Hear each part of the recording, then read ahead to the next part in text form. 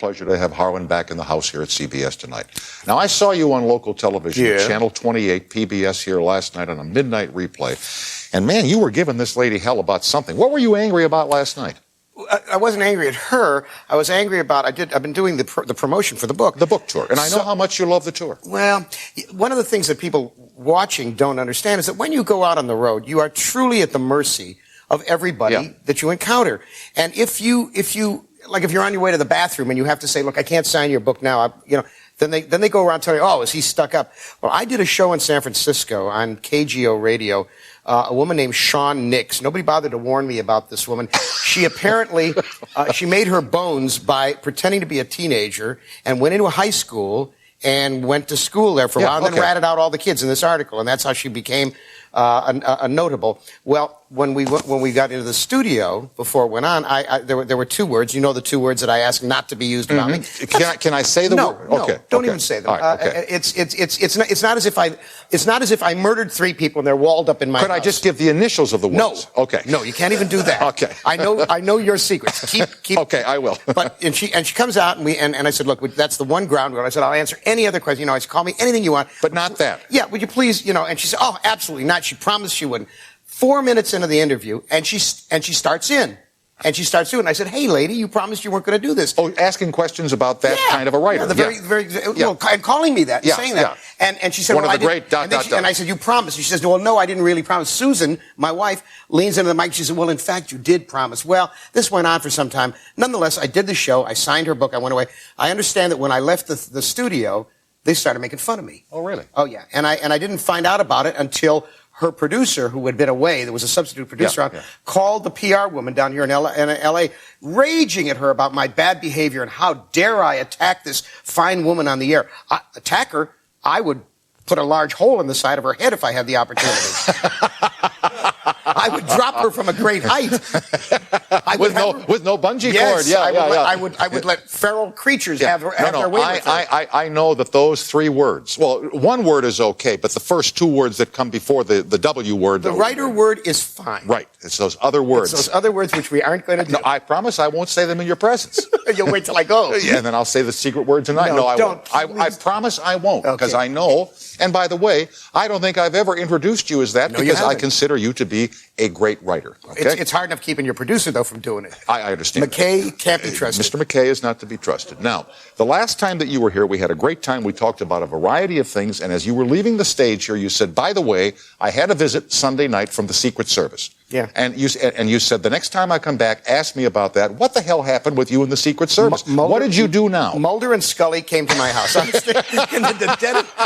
telling you, first of all, you know where we live. We live on the top of a mountain. So people can't say, hey, I was in the neighborhood. Right. When my doorbell goes off at 11:30 on a Sunday night, I know it's got to be trouble. Right. So I put on a bathrobe and I go to the peak hole, and we got it all set up so we can see what's out there.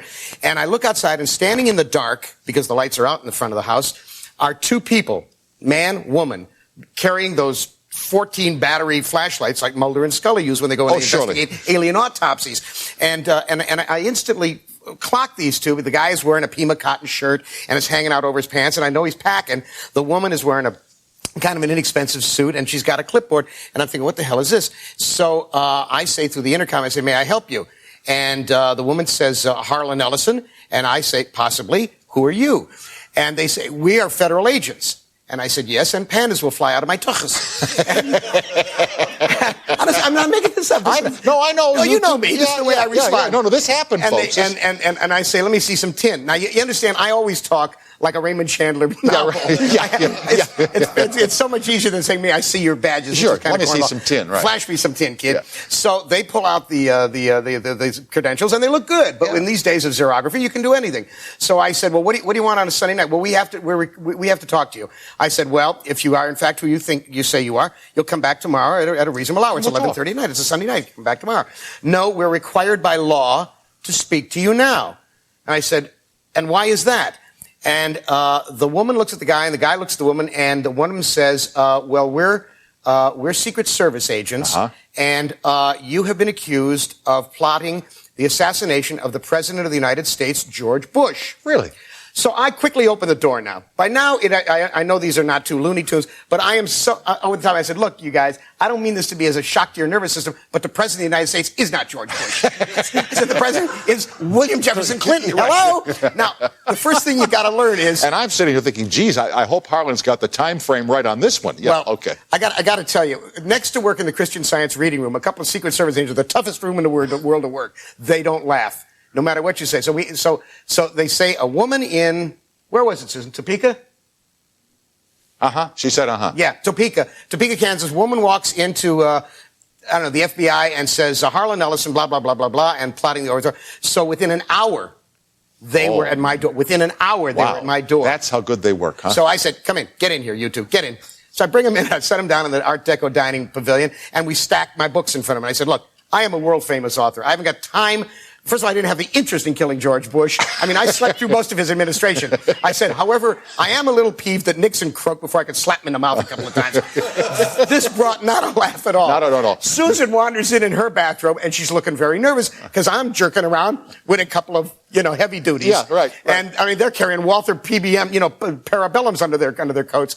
And, they're looking at the biographies at the back of my books. Mm-hmm. Not in slippage, but in most of my other books, I do these bogus biographies. One of them says I'm a 7'2" black man with a terrific slam dunk.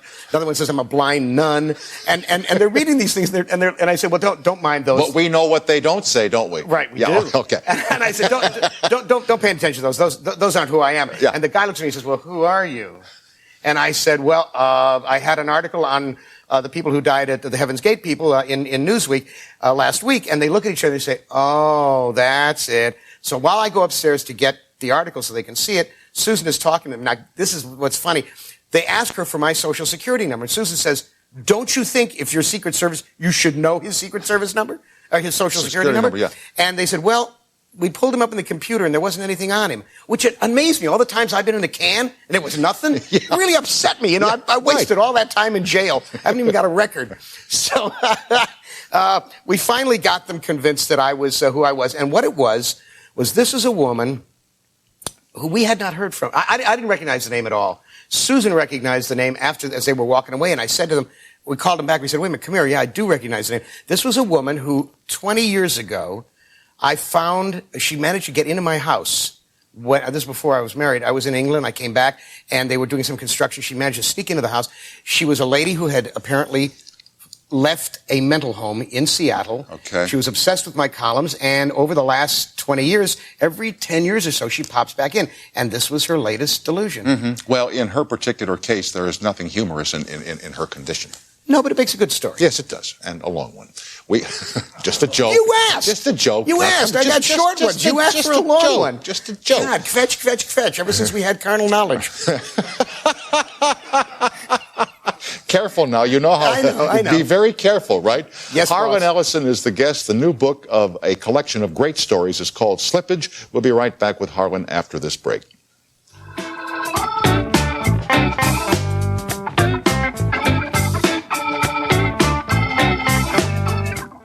Free in Miami. Hi, Daryl. Tom here. Welcome to CBS. Hi, Tom.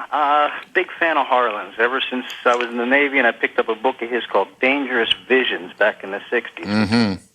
A compilation of all the great writers that were allowed to do subjects that they thought were taboo at the time. And I was just wondering if he thought there was anything today that he could redo or that people can't write about today that he could do a book like that again. It's worse today. It's worse today than it was then.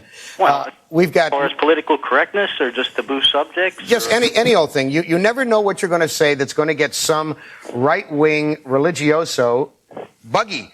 And we're in, as a matter of fact, we're in Banned Book Week.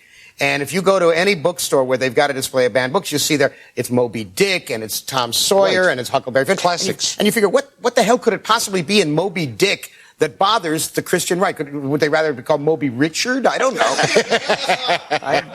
Well, we had a gag when we were kids that Moby Dick was a venereal disease, but we've gone beyond that. But that's for 6-year-olds. That's right. That's for the people age. who are dementos, like people myself, who want to ban books. You're not a demento. You're all for reading good stuff. There's a lot of things that are utterly taboo. I could tell you a thing I said to Bill Maher on another show, but that would be talking about another show, so I ain't going to do that. Okay. Is there any chance of of you putting together the same great group of writers, or any other of the writers, and doing sure, particularly like the dead ones. Yeah, take them up again like you used to. there is a third book called The Last Dangerous Visions. Keep watching the skies. Great. I'm glad to hear it. I'm glad you're out of the Navy. It was one of my favorite books of all times, and I went back and read everything that you ever wrote after that. Okay. Daryl, thanks Gentleman junkie on up. All right, Daryl. Okay, Daryl, thanks for calling, and have a great evening, sir. Thank you, Tom. All On right. your show. Bye-bye. In this thing you've got out now, you have a little essay at the front, which I read today. It's called The Fault in My Lines. Yeah. And you talk about your battle with your ticker and the earthquake in your house, and you Right. talk about all the time we have all wasted. Yeah. All the motions we've gone through that we have no business going through. So talk to me about that. How your philosophy has changed since you've had to undergo some adversity. When you're young, you go for the okie doke on a lot of stuff. I mean, they tell you success and the proper marriage. 2.3 children, all that. And you find, or I find, that at some point you have to start cutting away all the stuff and figure out what's important. Like coming down to the show tonight. We were a little late, and the driver was a nice man, but he was getting very nervous. And I said, it's only television. Exactly right. I said, the worst that happens, Tom will have a half an hour of recorded organ music. Yeah. This won't affect Western civilization. You start wondering about what really counts. What really counts in the final analysis is what you leave behind in terms of the work you do and the people who loved you. Because you never know what posterity's going to do. Yeah, and nothing else really matters. Now, there's another piece in this same book, and I wonder if it was spawned in any way by the faults in my lines, and that is Where I Shall Dwell in the Next World. Well, where I shall dwell in the next world is everybody's always asking me where do you get your story ideas? Mm-hmm. And I always give them that smart ass answer, Schenectady. I do. They say, there's always somebody that invariably in a lecture, someone will say, where'd you get your ideas? Yeah, which is a question even Socrates couldn't answer. So I say Schenectady. And they go, huh? I say, yeah, there's an idea service in Schenectady. Every week I send them $25. They send me a fresh six-pack of ideas every week. And there's always some schmuck comes up afterwards and asks me for the address. It never fails. So, but one of the ways in which I get stories is I mishear things on purpose. And one time somebody was asking me for some Necco wafers, the chocolate Necco wafers. Yeah. But I didn't hear Necco wafers. I heard necro waiters. And I thought, ooh, necro, meaning dead waiters. Ooh, what a great idea. So I wrote this story, Where I Shall Dwell in the Next World, which is about 4 of these little stories that I made up from misheard stuff. And then I explained process. And process is the most interesting part of writing. That's what it's all about. The process. The process, where it comes from and how you get there. Mm-hmm. How it gets from here into this wonderful book, Slippage. Into the book that we I wish you had 4 minutes. If we had 4 minutes. We don't have anywhere I know near we don't 4 have minutes. There's a short story in there that takes exactly 4 minutes to read. And I would love to read it to you on the air. Trust me, this would be an experience. You'd love it. I'm not a great believer in having things read on the air, but let me read the story to myself, and if I think so, you'll come back soon. It's called The Lingering Scent Or of even Woodstock. better, we could send a crew to your house, and you could read it to us from your very own living room. I would be more than delighted. Never let a crew... I live to serve you, Tom. No, but never let the cameras come inside your house, ever. Like I do my commentaries on the channel. Oh, okay. The other channel, whose name will not pass my lips. I love you dearly, and I thank you for coming in. And thank you for letting me push the book. Hey, you're the best. Harlan Ellison is the guest. He's one of the great writers of our time, and he tells great stories in Slippage, which is in hardcover and is now in the stalls. Back after these messages.